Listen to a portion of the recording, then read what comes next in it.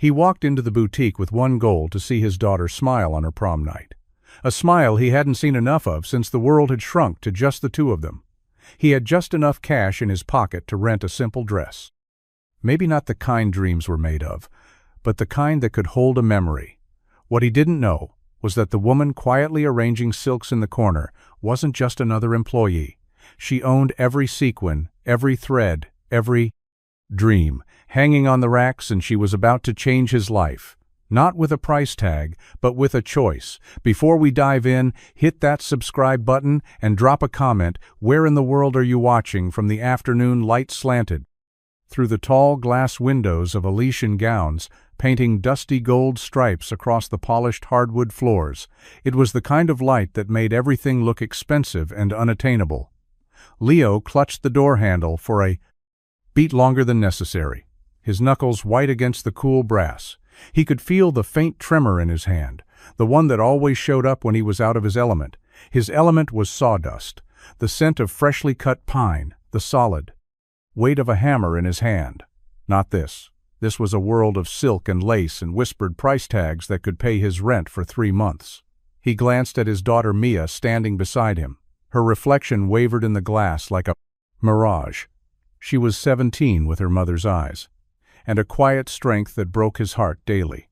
She wore her favorite faded denim jacket over a simple cotton dress, her hair pulled back in a neat braid. She wasn't looking at the gowns inside. Not yet. She was looking at him. Her expression, a careful mixture of hope and caution, a look that said, "It's okay if we can't, Dad," which only made him more determined to try. "Ready?" he asked, his voice a low rumble that felt too rough for a place like this.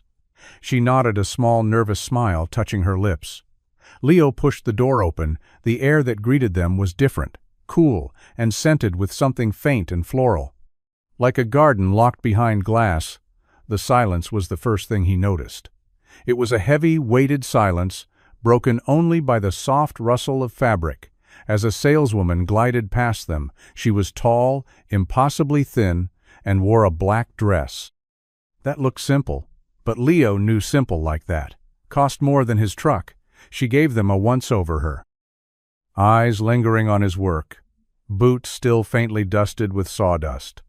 Then flicking to Mia's worn sneakers, her smile was a thin line drawn in red lipstick. "Can I help you?" she asked. But it wasn't a question. It was a challenge. Leo felt his shoulders tense. He instinctively put a hand on Mia's back, guiding her forward. "We're looking for a prom dress," he said, his voice steady. Despite the knot tightening in his gut, the saleswoman's smile didn't waver. "Of course. Do you have an appointment?" Leo hadn't considered that. "No, we require appointments for fittings, especially during prom season." She cut in, her tone sweet but sharp as glass. "It ensures our clients receive the attention they deserve." The word clients hung in the air like a judgment. Leo knew they didn't look like her usual clientele. He wore a clean but faded flannel shirt, his best one, and jeans. His hands were calloused, the hands of a man who built things, not bought them. He knew what she saw, a man who had wandered into the wrong world. Mia's hand found his, her fingers wrapping around his wrist, a silent signal that it was okay, that they could leave. But Leo couldn't move. Not yet. He'd promised her this one night, this one chance to feel like a princess. A normal teenager, not the girl who had to grow up too fast. Not the girl whose father worked 16-hour days just to keep the lights on. "We just wanted to look," he said quietly. "My daughter, she just..." He trailed off, not knowing how to explain the weight of this moment without sounding desperate. The saleswoman's gaze softened into something that looked like pity, and that was worse. "The gowns here are couture originals," she said slowly, as if speaking to a child. "Our price points begin in the 4-figure range. Perhaps a department store would be more suitable for your budget." The words were a slap, a quiet dismissal that echoed in the silent room. Mia's grip on his wrist tightened. Her face had fallen, her eyes fixed on the floor.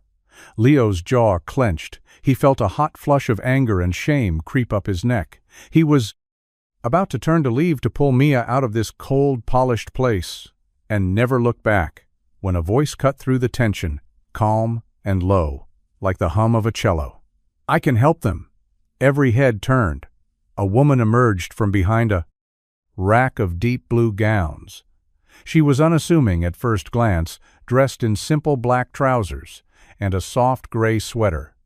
Her hair was pulled into a loose bun, a few stray strands, framing a face that was striking, but not in a way that demanded the attention. She looked like an artist or a writer, not a sales associate. She walked toward them, her movements unhurried, and her plate eyes, which were a deep, warm brown, were fixed on Mia, not with pity, but with genuine interest. The saleswoman stiffened. "Elena, I have this handled. Do you?" Elena asked, her voice, still quiet, but carrying an authority that made the other woman fall silent. She stopped in front of Mia and smiled a real smile that reached her eyes. "Hi, I'm Elena. What's your name?" "Mia," she whispered, her gaze still on the floor. "It's a beautiful name," Elena said softly, "and I think I have the perfect dress for a girl named Mia. It's a sample piece, one of a kind. It's not on the floor, but I have a feeling it was waiting for you." Leo stared at her, his defenses still up, not trusting this sudden turn of kindness. He knew what a sample piece meant. In places like this, it was a polite way to offer a discount, a gentle way to manage the unmanageable. But the way Elena looked at Mia, the way she completely ignored the saleswoman's disdain, made him hesitate. Elena led them toward the back of the store, past racks of shimmering fabrics and mannequins draped in impossible creations. She didn't talk about prices, she talked about colors, about how a certain shade of blue would bring out the color in Mia's eyes. She treated them not as customers with a budget, but as guests in her home. The fitting room was a small private alcove with a plush velvet chair and a three-way mirror that seemed to multiply the soft light. Elena handed Mia a gown, a whisper of pale silver fabric that shimmered like moonlight on water. "Just try it," she said gently. "No pressure." Leo sat in the velvet chair, feeling a decade older than he was. This was a world he could never give his daughter, a world of effortless beauty and unspoken wealth, a world where a dress wasn't just a dress but a statement. He was a carpenter. He built solid things that lasted, things with purpose and function. But he couldn't build this fleeting moment of magic when Mia stepped out of the fitting room. The air left his lungs. The dress fit her, as if it had been spun from one of her own dreams. The silver fabric clung to her frame in all the right places, falling to the floor in a soft pool around her feet. The delicate beaded straps caught the light, making her skin glow. She looked up at him, her eyes wide and shining, and for the first time in a long time, he saw the little girl he'd been so afraid of losing, swallowed up by a young woman of breathtaking grace. "Dad?" she asked, her voice a hush. Leo couldn't speak. He just nodded, a lump forming in his throat. She looked beautiful, not because of the dress, but because in it she looked happy. She looked free. The saleswoman had vanished, replaced by the quiet hum of the store and the soft rustle of silk as Elena adjusted a nearly invisible strap on Mia's shoulder. Leo watched her hands move with a practiced, confident grace that didn't fit the profile of a simple shop assistant. He'd seen hands like that before, on architects, on designers, people who understood form and structure, not just sales quotas. She stepped back, her eyes appraising Mia with a professional but warm gaze. "It's perfect." Elena murmured more to herself than to them. Then she turned to Leo, her expression unreadable. "What do you think?" Leo finally found his voice swallowed past the tightness in his chest. "She's perfect," he corrected softly, his gaze never leaving his daughter's face. Mia did a slow turn in front of the mirror, her fingers tracing the delicate beadwork on the bodice. "I feel," she started, then stopped, unsure how to finish. The sentence, "like yourself?" Elena offered. Mia looked at her in the reflection and nodded. "Yeah, but a shinier version." Elena's laugh was quiet and warm, a sound that seemed to belong in a sunlit studio, Not this hushed cathedral of fashion. Leo stood up his hands, finding their way into his pockets, a nervous habit he'd never managed to break. "How much?" he asked the question, hanging in the air like a storm cloud. He was bracing himself for a number that would make him physically flinch. A number that would mean more than just an empty bank account. It would mean another month of instant noodles and watered-down coffee. Elena didn't look at him right away. She was still focused on the dress, smoothing a small wrinkle in the fabric with her thumb. "This one's a bit of an anomaly," she said. Her tone casual, but her eyes held a flicker of something else. Something he couldn't quite name. It was a prototype. The designer wasn't happy with the beading on the left strap, see? She pointed to a small section where the pattern was almost imperceptibly different. "We were instructed to clear it from inventory. It's been in the back for months. Honestly, I'd forgotten it was here." Leo's brow furrowed. "So what does that mean?" "It means," Elena said, finally turning to meet his gaze, "that its official price is $1. Leo stared at her, waiting for the punchline, waiting for the polite smile that would reveal the joke, but it never came. She was serious. $1? He repeated, his voice barely a whisper. "For this?" "Plus tax," Elena said with a faint smile. "Company policy." The first saleswoman reappeared at the edge of the alcove, her face a mask of disbelief. "Elena, you can't." "I can." Elena interrupted, her voice losing none of its softness, but gaining a steel edge that silenced the other woman instantly. "I'm the floor manager today. My decision is final." Leo's mind was racing. A floor manager, a prototype, a single dollar. It all felt too easy, too convenient. It felt like a lie, a kind one, but a lie. Nonetheless, he looked at Mia. Her face was a canvas of pure, unadulterated joy. She was twirling slowly, her reflection dancing in the mirrors, a silver ghost of happiness. He couldn't take that away from her. He couldn't question this miracle in front of her. Not now.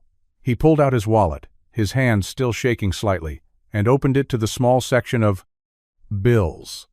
He'd so carefully counted that morning. He took out a single crisp dollar bill and held it out to Elena. Their fingers brushed as she took it. The contact was brief, but it sent a strange jolt through him, like a spark from a live wire. She was warm, her skin soft, a stark contrast to his own calloused hand. He felt a sudden dizzying awareness of her, of the faint scent of her perfume, of the way the light caught in her dark hair. She took the dollar and folded it neatly, her movements precise and deliberate. "I'll have it boxed for you," she said, her eyes holding his for a second, too long. In that moment, Leo felt like she was seeing more than just a grateful father. She was seeing the years of struggle, the sleepless nights, the quiet pride he clung to like a life raft. And she wasn't judging it, she was honoring it. He didn't know who this woman was, or why she'd just handed his daughter a dream for the price of a gumball. But as he watched Mia hug the dress box to her chest on the way out of the store, he knew he would never forget her. The drive home was different. The old sedan didn't feel as tired. The engine didn't seem to cough as much. Or maybe Leo just wasn't listening for it anymore. He was listening to Mia. She sat in the passenger seat, the large white box resting on her lap like a sacred artifact. She hadn't stopped talking since they left the store.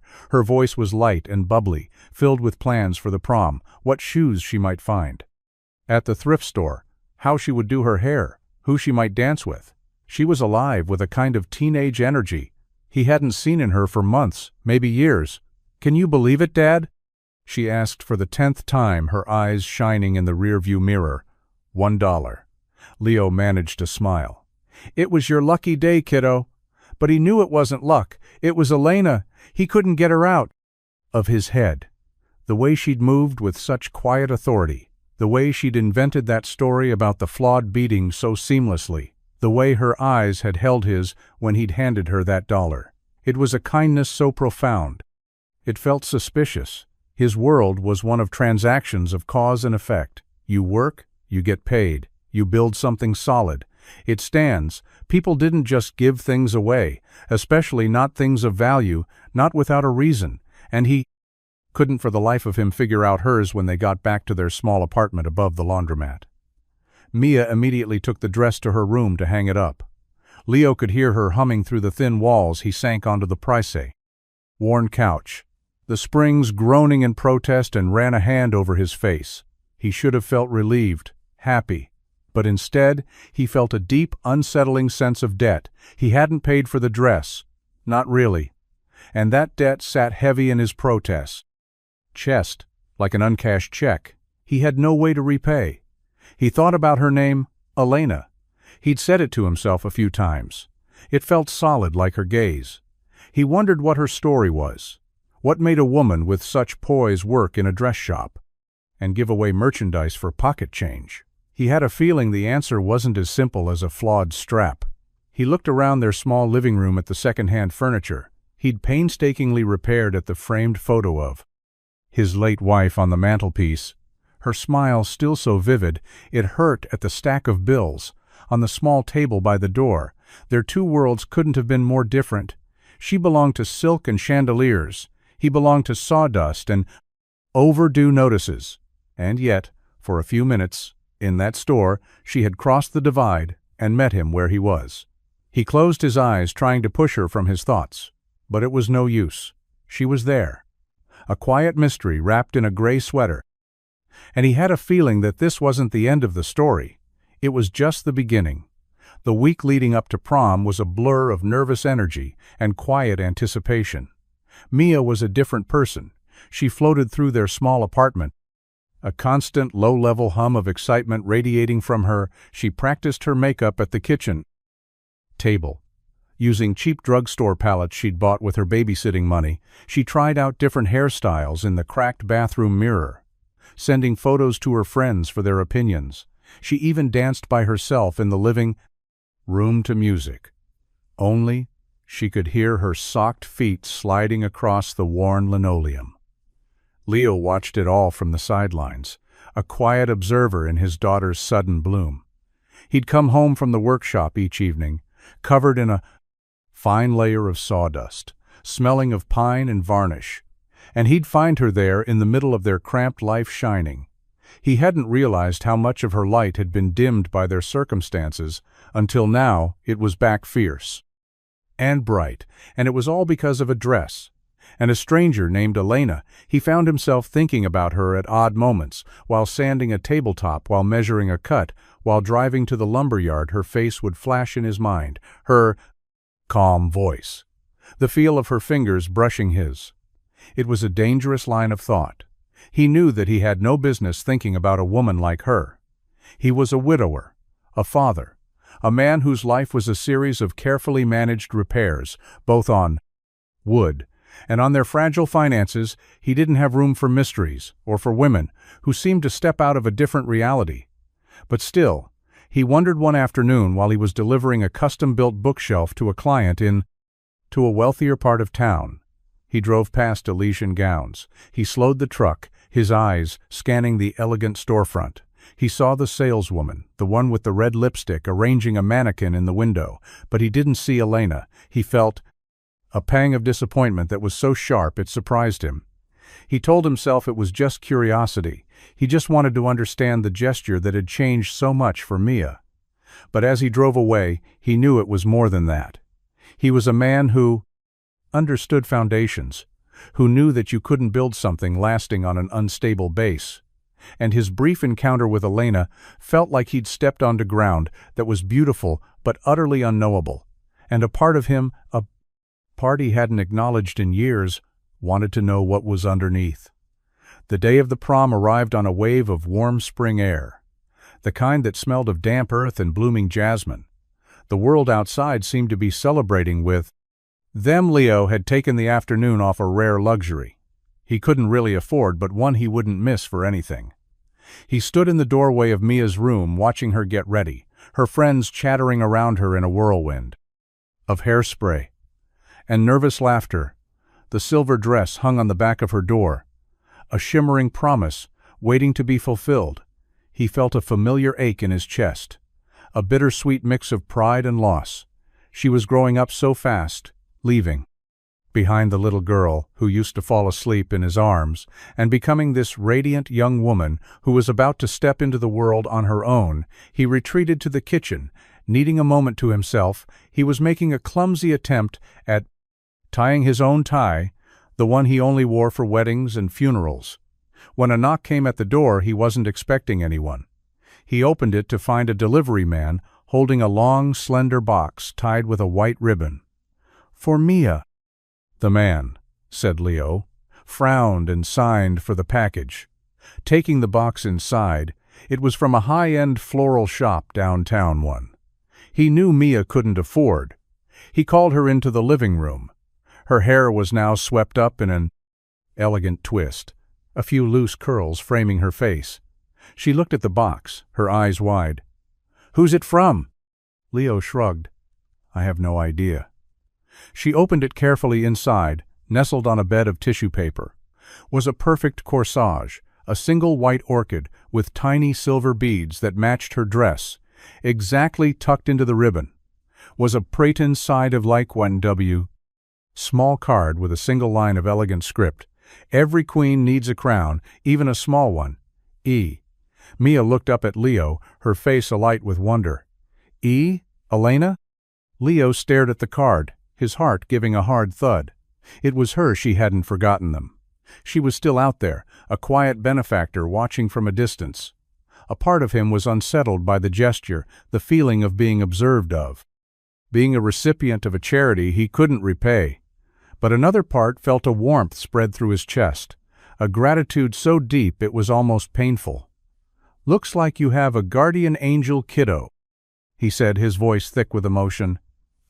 "Yeah," Mia whispered, touching the delicate petals of the orchid. "I guess I do." Later, as he watched her walk out the door with her friends, a shimmering vision in silver, he couldn't shake the feeling that Elena's kindness wasn't just a random act, it was a thread, and he was standing at one end, not knowing where the other end led the week.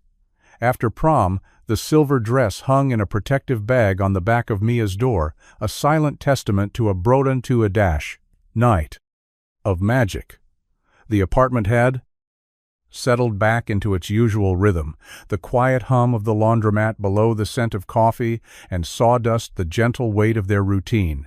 But something had shifted. Leo felt it. Every time he looked at Mia, she carried herself differently. Now, with a little more confidence, a little less of the weary caution she'd worn for so long. The memory of that night had fortified her, and Leo was endlessly grateful for it. But his own mind was far from settled. Elena was a ghost in his thoughts, a question mark hanging over his life. He'd found himself driving past the boutique a few more times on the way to and from.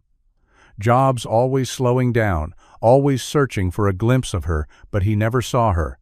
It was as if she had been a mirage, a figment of their need. On that one particular day, he was in his workshop, a small rented space in a dusty industrial park on the edge of town. The air was thick with the smell of cedar and wood glue. He was planing a piece of oak, his movements rhythmic and focused, when the sound of an unfamiliar engine made him pause, a sleek, black sedan utterly out of place. In this neighborhood of work trucks and rusted vans had parked just outside his bay door, a woman stepped out. She was tall, dressed in a sharply tailored pantsuit, her hair pulled back in a severe bun. She walked toward him with the brisk, no-nonsense air of someone who billed by the minute. Leo wiped his hands on a rag and stepped forward, his guard immediately up. "Can I help you?" he asked. The woman's eyes scanned the workshop, taking in the stacks of lumber, the scattered tools, the half-finished projects. "You're Leo?" she asked, her voice clipped and professional. "I am." She handed him a business card. It was thick, heavy cardstock with a simple embossed logo, an elegant intertwining E and A. "My name is Sarah. I'm Miss Ashford's executive assistant." Leo stared at the card. "Ashford? Elena Ashford?" The woman clarified as if he should have known. "She'd like to commission a piece from you." Leo's mind reeled. Elena Ashford. He turned the name over. In his mind, it sounded familiar, but he couldn't place it. A dough bride. Commission? He repeated. What kind of piece? A custom desk for her home office. She admired your work and insists on having it done by you personally. She's provided the specifications here. Sarah handed him a thick envelope and a retainer. She handed him a second envelope, a check. Leo didn't take it. I don't understand, he said, shaking his head. Why me? Sarah's expression softened almost imperceptibly. Miss Ashford believes in investing in true artisans, she says. Your work has integrity, a quality she finds increasingly rare. Leo looked from the woman to the fancy car to the envelope in his hand. It felt like a test or a trick, a way for her to repay a debt he hadn't asked her to incur. He didn't want her money. He didn't want to be her project. I'm not for hire like this, he said, his voice tight with pride. Ashford anticipated you might say that. Sarah replied, her tone even. She's not hiring you. She's investing in your craft because she believes it's worth more than you're charging. She also said to tell you that this has nothing to do with the dress, and everything to do with the man who raised the girl who wore it. Leo was silent. His head spinning, the name Elena Ashford echoed in his brain. He took the envelope with the specifications, his fingers brushing the thick paper. He still didn't understand her motives, but he was a craftsman, and a challenge. It was a challenge.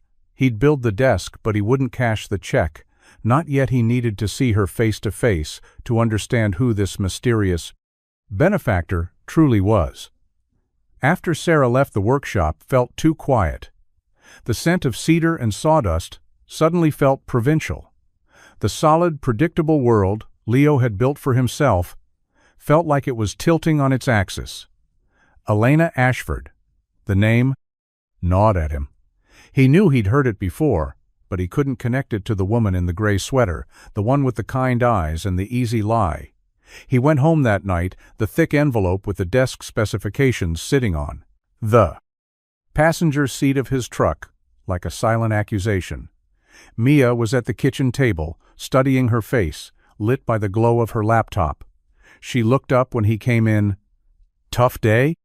She asked, noticing the tension in his shoulders. You could say that, he said, sinking into a chair and tossing his keys on the counter.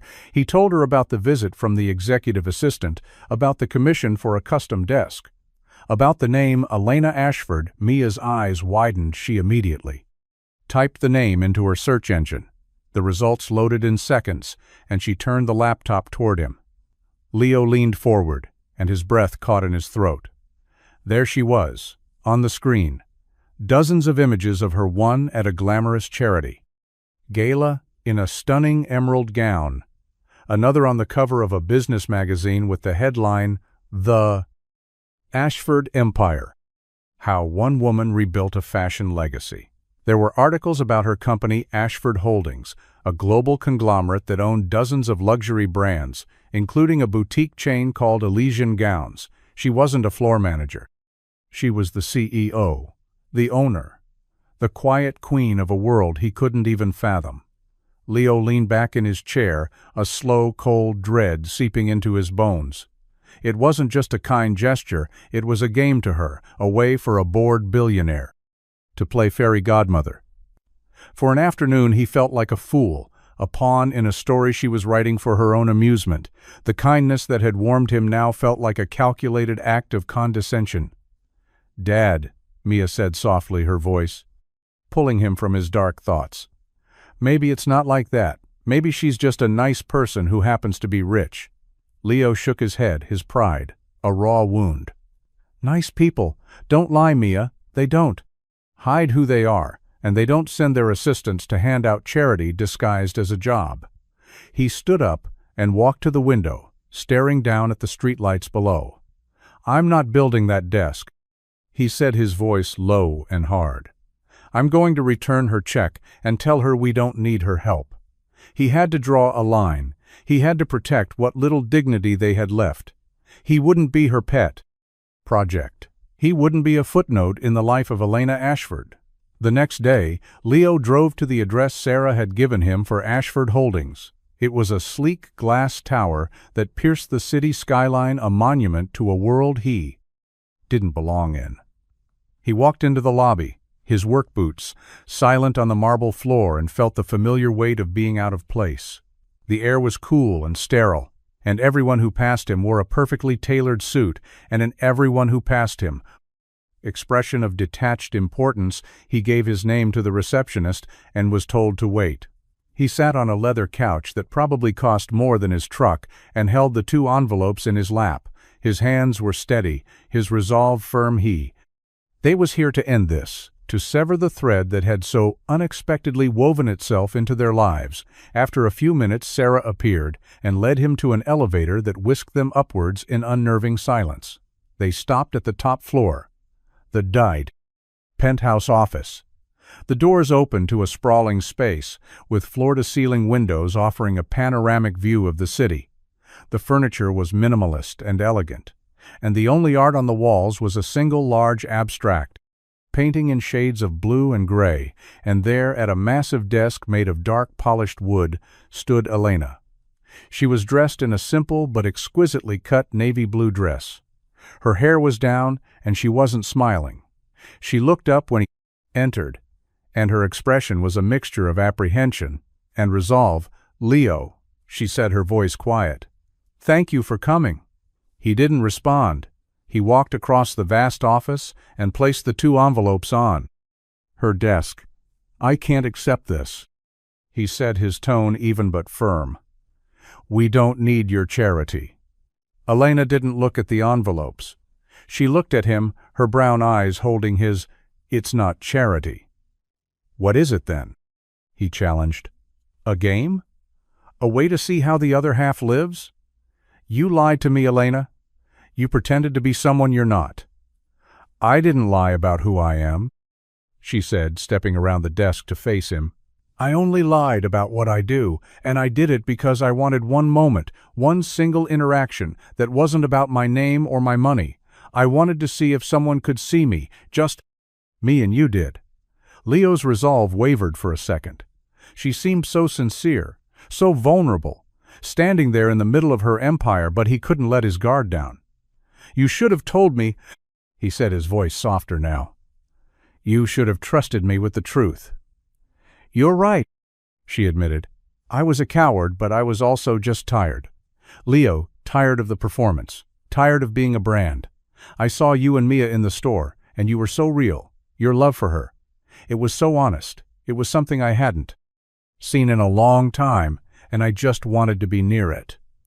Her words chipped away at his anger, leaving behind the raw ache of confusion and something else, something he was afraid to name. He looked around the opulent office at the city, sprawling beneath them.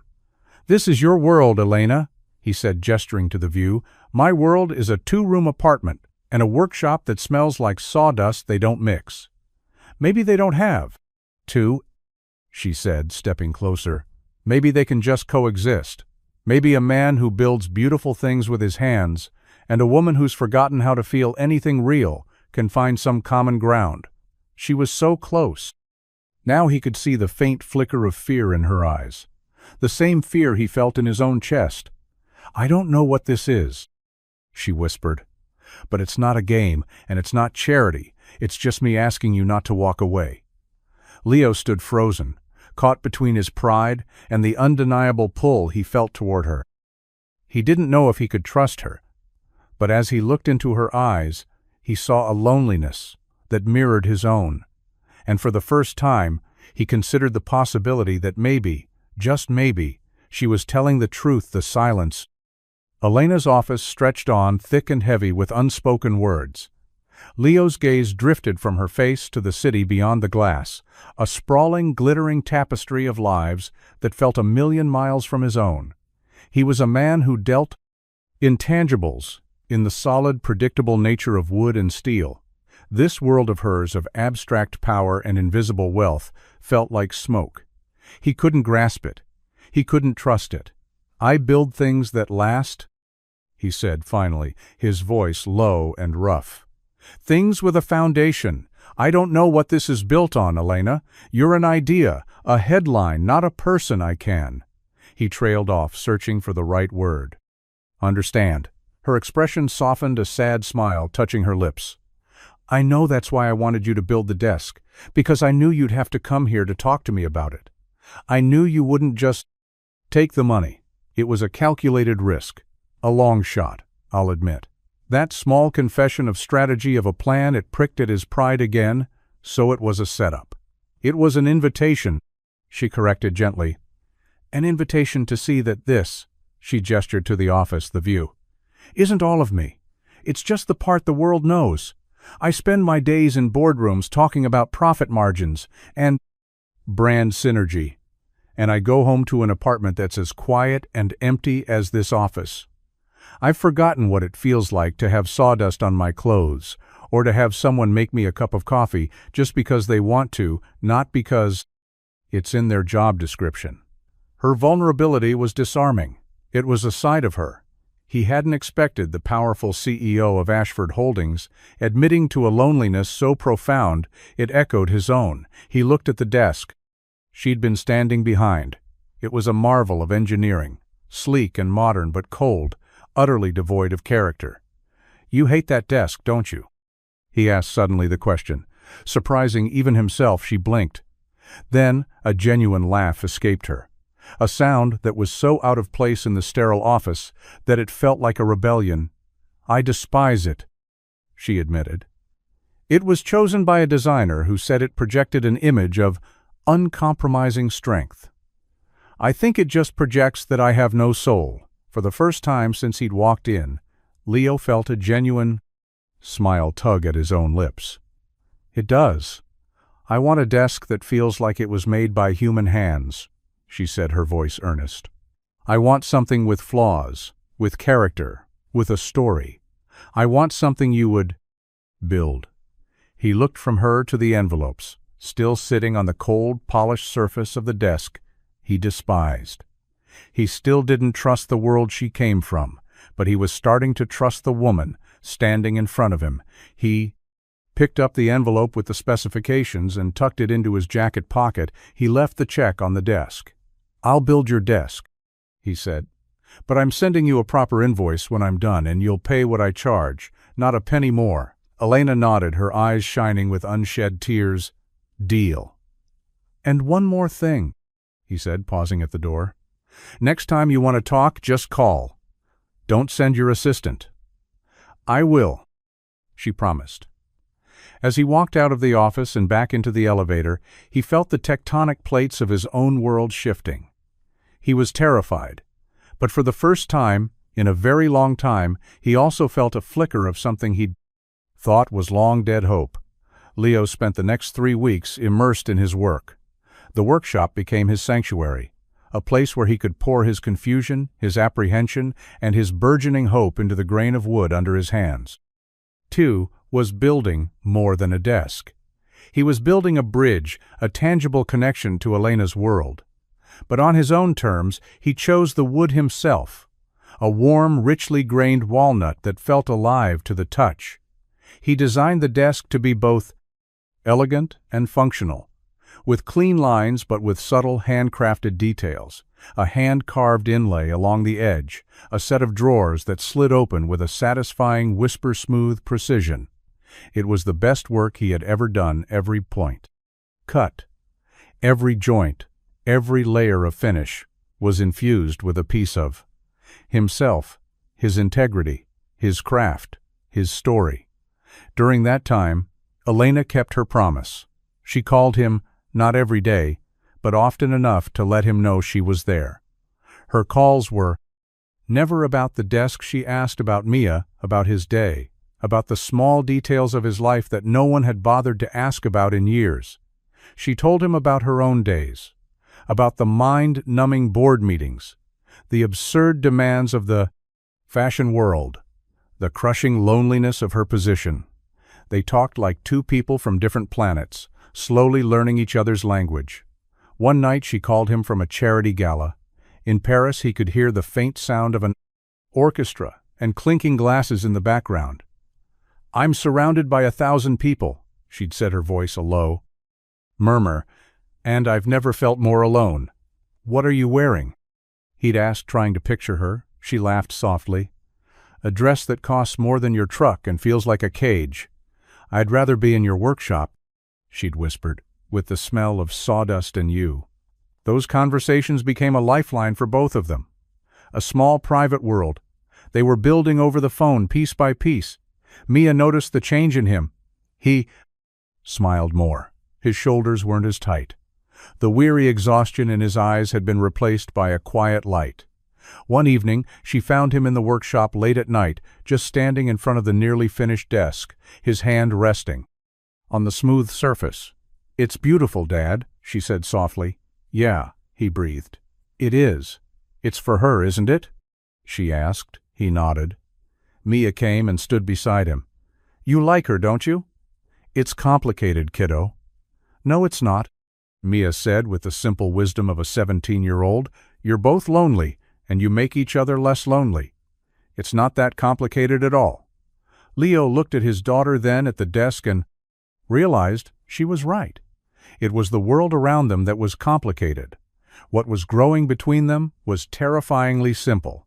The day Leo delivered the desk, he felt the same nervous tremor he'd felt walking into her boutique. He and a friend from a neighboring workshop carefully carried it up in the service elevator of her apartment building, a sleek residential tower that overlooked the park. Her apartment was just like her office, vast, minimalist, and impeccably decorated, but there were small signs of her true self. A stack of well-worn novels on a side table, a collection of old black-and-white photographs on a shelf, a soft-worn throw blanket draped over a starkly modern couch. Elena was there to meet them, dressed in simple jeans and a cashmere sweater. She looked nervous, her hands clasped in front of her as they maneuvered the desk into her home office. They set it in place, and Leo stepped back to look at it in the space. It was perfect. The warm walnut wood was a stark contrast to the cold glass and steel of the room. It was an anchor of warmth and authenticity in a sea of sterile luxury. "Leo," she whispered, her voice thick with emotion. It's a desk," he said, cutting her off before she could say more, trying to downplay the significance of it, because if he acknowledged what it really was, a peace offering, a confession, a piece of his soul, he wasn't sure what he would do. "It's more than a desk," she said quietly, stepping forward and running her hand over the smooth surface. "It's the first thing in this entire apartment that feels like me." She turned to him, her eyes shining. "Thank you. I'll send you the invoice," he said, his voice rough. He needed to keep the lines clear to maintain the safety of the transaction, but the way she was looking at him was making that impossible. She nodded. "I know." After his friend left, they stood in the office, in an awkward silence, the desk between them like a beautiful, well-crafted border. "Will you stay?" she asked finally. "For a cup of coffee? The real kind, not the stuff from my fancy machine. I have a French press I've never used." Leo hesitated. Every instinct told him to run to get back to his own world, where the ground was solid and the rules were clear. But he was tired of running. He nodded. "I'd like that." They sat in her kitchen, a small, sleek space that looked like it had never been used, and drank coffee from simple white mugs. It was quiet and comfortable, and for the first time, Leo didn't feel like he was in a billionaire's apartment. He felt like he was in Elena's home, and he realized with a jolt that the two were very different things. The coffee was strong and hot, and it warmed the parts of Leo that had been cold for too long. They sat at a small table in a sun-drenched corner of her kitchen. The city, a silent, glittering backdrop. Far below Elena, had her knees drawn up to her chest, her bare feet tucked under her on the quarter chair. She looked younger here, more relaxed, stripped of the armor of her corporate life. "So," he said, after a long, comfortable silence, "what's the story with the fancy watch?" The question was out before he could stop it. A remnant of the suspicion he was trying to shed, she glanced down at her wrist, at the slim, elegant timepiece. "This?" she said. This was a gift from my father on my 20th birthday. He said it was a reminder that time is the only currency that truly matters. She ran her thumb over the watch face. Ironic, isn't it? I've spent the last decade letting other people own my time. Why do you still wear it? He asked gently. She shrugged. Because it's the last thing he gave me before he got sick, before the company became more important than his family. It's a reminder of who he used to be, and maybe who I used to be. 2. The confession hung in the air between them, a fragile offering of trust. He didn't press for more. He just nodded, understanding the weight of objects that carry memories. He thought of the worn photograph of his wife on his mantelpiece. The one thing he would save in a fire. What about you? She asked, her voice soft. Your ring. You don't wear one, but there's an indentation on your finger. He looked down at his hand, at the pale band of skin where his wedding ring had been for 15 years. It's been 3 years since she passed, he said, his voice quiet. I took the ring off a year ago. It felt like a betrayal at first, like I was erasing her, but it got too heavy to wear. Did you love her a lot? Elena asked, her tone full of a gentle empathy that made it easy to answer. She was my foundation. He said simply. When she died, the whole house felt like it was going to collapse. I've just been trying to keep the walls from caving in ever since for Mia. They fell silent again. But this time, the silence was different. It was filled with the ghosts of their pasts, with shared grief and a mutual understanding of loss. Elena reached across the table, and her hand covered his.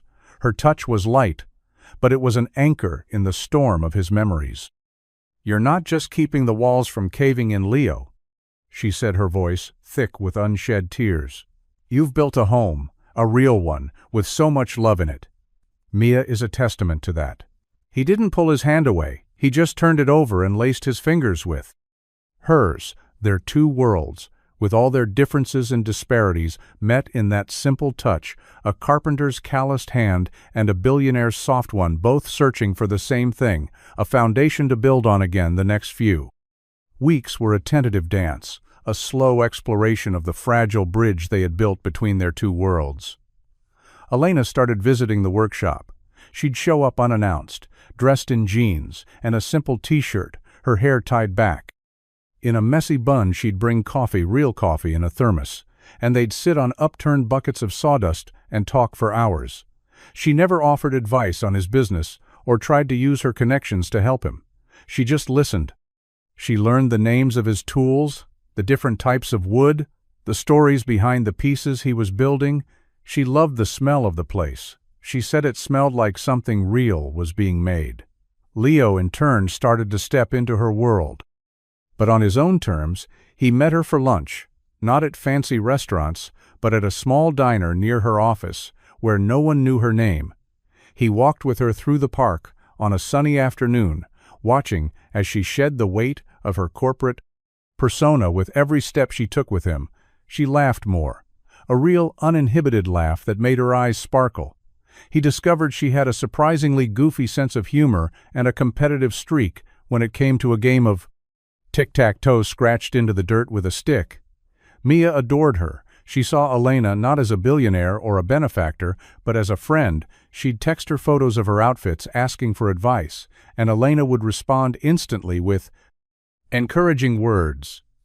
She became a fixture in their small apartment on Friday nights, bringing pizza and watching old movies with them, curled up on the worn couch. One evening, while Mia was in her room, Elena helped Leo fix a leaky faucet in the personed kitchen. They were crammed into the small space under the sink, their shoulders brushing, bumping into each other. As they worked, he was showing her how to wrap plumber's tape around a pipe when he looked up and found her watching him. Her expression soft and open. What? He asked, his voice a low murmur. Nothing, she whispered. It's just I've never seen someone so patient with something so broken. He didn't say anything. He just leaned in and kissed her. It was a slow, gentle kiss, tentative at first, then deepening. As the weeks of unspoken longing and quiet connection finally found their voice, it wasn't a fairy tale kiss. It was a real kiss, messy, and a little awkward with the faint taste of coffee and the smell of sawdust, and for both of them, it felt like coming home. The news broke. On a Tuesday morning, Leo was in the workshop sanding the edge of a new cabinet when his phone buzzed with a text from Mia. "Turn on the news," it said, followed by a string of worried emojis. He wiped his hands and pulled up a news app on his phone. The headline hit him like a physical blow. Fashion mogul Elena Ashford's secret blue-collar romance. From boardrooms to workshops, there was a grainy photo of them taken from a distance walking in the park last week. Elena was laughing, her head thrown back, and Leo was looking at her with an expression of such open affection that it made his stomach clench. It was a private moment stolen and twisted into a public spectacle. The article was a masterpiece of condescending speculation. It painted him as a rugged carpenter, a charity project for the ponderate, lonely billionaire.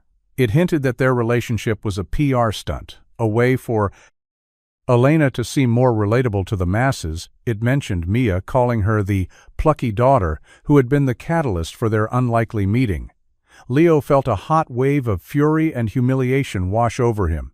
This was exactly what he had feared, that her world would swallow them whole and spit them out as a caricature. He threw his phone across the workshop. It hit the wall and clattered to the floor. The screen spiderwebbed with cracks. He didn't care. He paced the cracks. Small space, like a caged animal. His hands clenched into fists. He had let his guard down. He had started to believe that they could build something real, and now the world had ripped it apart and put it on display for public consumption. He knew what would come next. The reporters, the cameras, the whispers, the pitying looks. He had worked his whole life to maintain his dignity, his independence, and now he was a tabloid headline, a blue-collar boyfriend, a story for people to consume with their morning coffee. His phone started ringing. He saw Elena's name on the cracked screen. He silenced it and then turned it off. He couldn't talk to her, not now. He needed to put up his walls again to protect himself, to protect Mia. He had been a fool to think their two worlds could coexist. They couldn't. One always consumed the other. And he was on the side that got eaten alive. The aftermath was worse than Leo could have imagined. The next morning, two news vans were parked outside his workshop. A reporter with a microphone and a relentless smile tried to corner him as he got out of his truck. "Mr. Hale, can you comment on your relationship with Miss Ashford?" Leo pushed past him without a word and slammed the workshop door shut. He could see them through the window. Cameras pointed at his door like weapons. They were outside their apartment building, too. Mia had to be escorted to school by a prostrate friend's parent to avoid them. The story was everywhere. A modern-day fairy tale spun for public amusement. The narrative was always the same: the powerful billionaire and the simple, humble carpenter. It stripped him of his identity, his craft, his pride. He was no longer Leo Hale, artisan and father. He was Elena Ashford's pet project. He stopped answering his phone. He stopped checking his emails. He locked himself in his workshop and tried to lose himself in his work. But the noise of the outside world was too loud. It seeped through the walls, through the cracks in the door. Elena tried to reach him. She called, she texted, she even showed up at the workshop one evening, but he wouldn't open the door. Stood inside his heart, pounding his back, pressed against the wood, listening as she pleaded with him to talk to her. "Leo, please don't let them do this to us." Her voice was muffled, but he could hear the pain in it. "What we have is real. Don't let them take it away." But he was too afraid, too raw. He couldn't face her. He couldn't face the world that came with her. He had to protect what was left of his own small world, his own sanity. After a week of the relentless siege, Leo made a decision. He couldn't live like this. He couldn't subject Mia to it. He told her they were leaving for a while, going up to a small cabin in the mountains that a friend owned a place, with no cell service and no neighbors. "Just for a bit, kiddo," he'd said, "until this all blows over." Mia had looked at him, her eyes full of a wisdom that was far too old for her years. "You're running away, Dad," she'd said quietly. "And you're leaving her behind." "I'm protecting us," he'd insisted. But as he packed their bags, he couldn't shake the feeling that Mia was right. He wasn't just running from the reporters, he was running from Elena. He was running from the terrifying possibility that he loved her. And he didn't know how to love someone and keep his own world intact. The mountain cabin was a refuge, a quiet pocket of the world where the only sounds were the wind in the pines and the crackle of the fire in the stone. Hearth, the air was clean and sharp, and for the first few days Leo felt the tight knot in his chest begin to loosen. He and Mia took long hikes through the woods. They fished in a crystal-clear lake. They played cards by the fire at night. They didn't talk about what they had left behind. They didn't mention Elena's name. It was an unspoken agreement, a fragile truce with the life that was waiting for them back in the city, but the silence was a loud one. Leo found himself staring into the fire for hours, his mind replaying every moment with Elena. Her laugh, her touch, the look in her eyes when he'd kissed her. He had run away to protect his world, but now that world felt small and empty without her. In it one evening as they were cleaning up after dinner, Mia broke the silence. "I miss her," she said quietly, not looking at him. She was washing dishes, her back to him, but he could see the tension in her small shoulders. Leo stopped drying the plate in his hand. "I know, kiddo." "She was good for you, Dad," Mia said, turning to face him. Her eyes were clear and steady. "You were happy when she was around you?" Smiled more. "You didn't look so tired all the time." "It was complicated," he said, falling back on his old excuse. "No, it wasn't," she insisted, stepping closer. "You were just scared. You're always so scared of losing things that you don't let yourself have them." Her words were a punch to the gut, a truth so sharp it stole his breath. He had spent the last 3 years living in fear. Fear of not being enough for Mia, fear of failing, fear of letting someone else in only to lose them again. He had built his walls so high to keep the pain out that he had inadvertently locked out the joy as well. Mia's eyes softened. "Mom wouldn't have wanted you to be alone forever, Dad. She would have wanted you to be happy." A single tear traced a path down her cheek. "I want you to be happy." Leo pulled his daughter into a hug, his own eyes burning. He held her tight, smelling the faint scent of pine in her hair. He had been so focused on protecting her that he hadn't realized she was strong enough to handle the storm he was. The one who was fragile. He was the one who was afraid. That night, he couldn't sleep. He sat on the porch of the cabin, staring up at the vast, star-dusted sky. He thought about Elena in her glass tower, surrounded by people but utterly alone. He thought about the choice he had made to run away, to choose safety over love. He had been wrong. He had let fear win. He had to go back. He had to fight for her. For them, for the real complicated, beautiful thing they had started to build.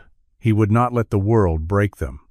Elena stood on the balcony of her penthouse apartment, the city lights twinkling below like a fallen constellation. She held a glass of wine. She hadn't touched her gaze fixed on the distant horizon. She had been in a fog for the past 2 weeks since Leo had disappeared. The reporters had eventually moved on to the next scandal, but the silence he'd left behind was a constant ache. She had tried everything to reach him, but his phone was off and his workshop was shuttered. She had even driven to his apartment, only to be told by a neighbor that he and Mia had gone away. No one knew where her company. Her empire felt like a gilded cage. She had never felt more powerful and more powerless. At the same time, she had all the resources in the world, but she couldn't fix the one thing that mattered. She was about to turn and go inside when her phone rang. It was an unknown number she almost ignored. But something made her answer. "Hello?" she said, her voice tentative. "It's me." Leo's voice was a low rumble on the other end of the line, rough and hesitant. But it was him. Elena's hand flew to her mouth, her knees feeling weak. "Leo, where are you?" "I'm on my way back," he said. I was a coward. I ran away. I was scared. I know," she whispered, tears streaming down her face. "I'm so sorry, Elena, for everything, for what they wrote, for how I reacted. It's not your fault." She said, "It's my world. It's the price I've always had to pay." "I don't care about the price anymore," he said, his voice stronger now, more certain. "I care about you. I'm not going to let them win. I'm not going to let them define us. Where are you?" she asked again, her heart pounding with a hope she hadn't dared to feel. "Look down," he said. She frowned and walked to the edge of her balcony, peering down at the street below. And there, parked in front of her building, was his old work truck. Its headlights were on, shining up at her like a beacon. He was standing. Beside it, his silhouette, small but solid in the glow of the city lights. He was looking up at her, a silent promise in his stance. Elena laughed through her tears, a sound of pure joy and relief. "Stay right there," she said. "I'm coming down." She didn't bother with the elevator. She ran down the 20 flights of stairs, her heart pounding in time with her footsteps. She burst out of the lobby doors and ran into his arms. He caught her, lifting her off the ground and spinning her around. He buried his face in her hair, smelling the faint scent of her perfume mixed with the cool night air. "I love you," he whispered, the words he'd been too afraid to say. "I love you too," she cried, holding him tight, as if she'd never let him go. They stood there in the middle of the city street, a carpenter and a billionaire wrapped in each other's arms, oblivious to the world around them. They were no longer two separate worlds. They were one foundation, strong and real and ready to withstand any storm. The press conference was Elena's idea, a move so bold it left her entire board of directors speechless. She didn't want to hide anymore. He didn't want to let tabloid narratives define their story. She stood at a podium in a room packed with reporters. Cameras flashing like a summer storm. Leo stood just off to the side, a few feet behind her. He wasn't wearing a suit. He was wearing his best flannel shirt, clean jeans, and his work boots. His presence was quiet but unwavering, a silent statement of support. Elena looked directly into the cameras, her expression calm and composed. "For the past few weeks," she began, her voice steady, "there has been a great deal of speculation about my private life. Stories have been written. Narratives have been spun. Most of them filled with condescending assumptions and outright fictions. Today, I want to set the record straight." A hush fell over the room. "Yes, I am in a relationship with Leo." "Hale," she said, her gaze flicking to him for a brief second, a soft smile touching her lips. "And no, he is not my pet project. He is not a charity case, and he is not a temporary diversion for a lonely billionaire. He is the most honest and integrous man I have ever met. He is a master craftsman, a devoted father, and the person who reminded me what it means to be real." She paused, letting her words sink in. "My world is one of excess and image. His is one of substance and authenticity. Some have suggested that these two worlds cannot coexist. They are wrong. This isn't a story about a billionaire and a carpenter. It's a story about two people who found each other and are building something real. Something that is not defined by bank accounts or social status, but by mutual respect and love. We will not be hiding. We will not be apologizing for who we are. And we would appreciate it if the world would grant us the privacy to build our life in peace." She didn't take any questions. She simply took Leo's hand, and they walked out of the room together, leaving behind a stunned silence and a new headline, one they had written themselves. The wedding was small and private, held in the backyard of a modest house Elena had bought on the outskirts of the city. It wasn't a mansion. It was a home, a place with a big oak tree and room for a garden, a place where Mia could have her friends over, and where Leo could build a new workshop in the back. It was a perfect blend of their two worlds. Mia was the maid of honor in a simple blue dress that matched her eyes. She stood beside Elena, her face beaming with pride. Leo stood at the makeshift altar, a wooden arch. He had built himself, his eyes fixed on Elena. As she walked toward him, she wasn't wearing a couture gown. She was wearing a simple white dress that she'd bought off the rack. She looked more beautiful to him than she ever had in any magazine. They exchanged vows they had written themselves, promises of love, support, and a lifetime of facing the world together as a team, as they were pronounced husband and wife. Mia tossed a handful of wildflower petals into the air, and their small group of friends and family erupted in cheers later that evening. As the sun set behind the trees, they sat on the porch of their new home, watching the fireflies begin to glow in the trees. Twilight. Mia was inside, with her friends, their laughter spilling out through the open door. Elena leaned her head on Leo's shoulder, her hand resting in his. "Are you happy?" she asked softly. He turned and kissed her gently. "I've never been happier." He looked out at the yard, at the workshop he was about to build, at the life stretching out before them, a life he had never dared to dream of. "You know," he said, his voice a low rumble, "I still have that $1 bill." Elena smiled. "I know. It's the best dollar I ever spent." He said, "It bought me a whole new world." "No," she corrected him softly. "It just bought you a dress. All the rest of this you built it yourself." And as he held her close, he knew she was right. They had built this together, a foundation of love so strong that no storm could ever shake it.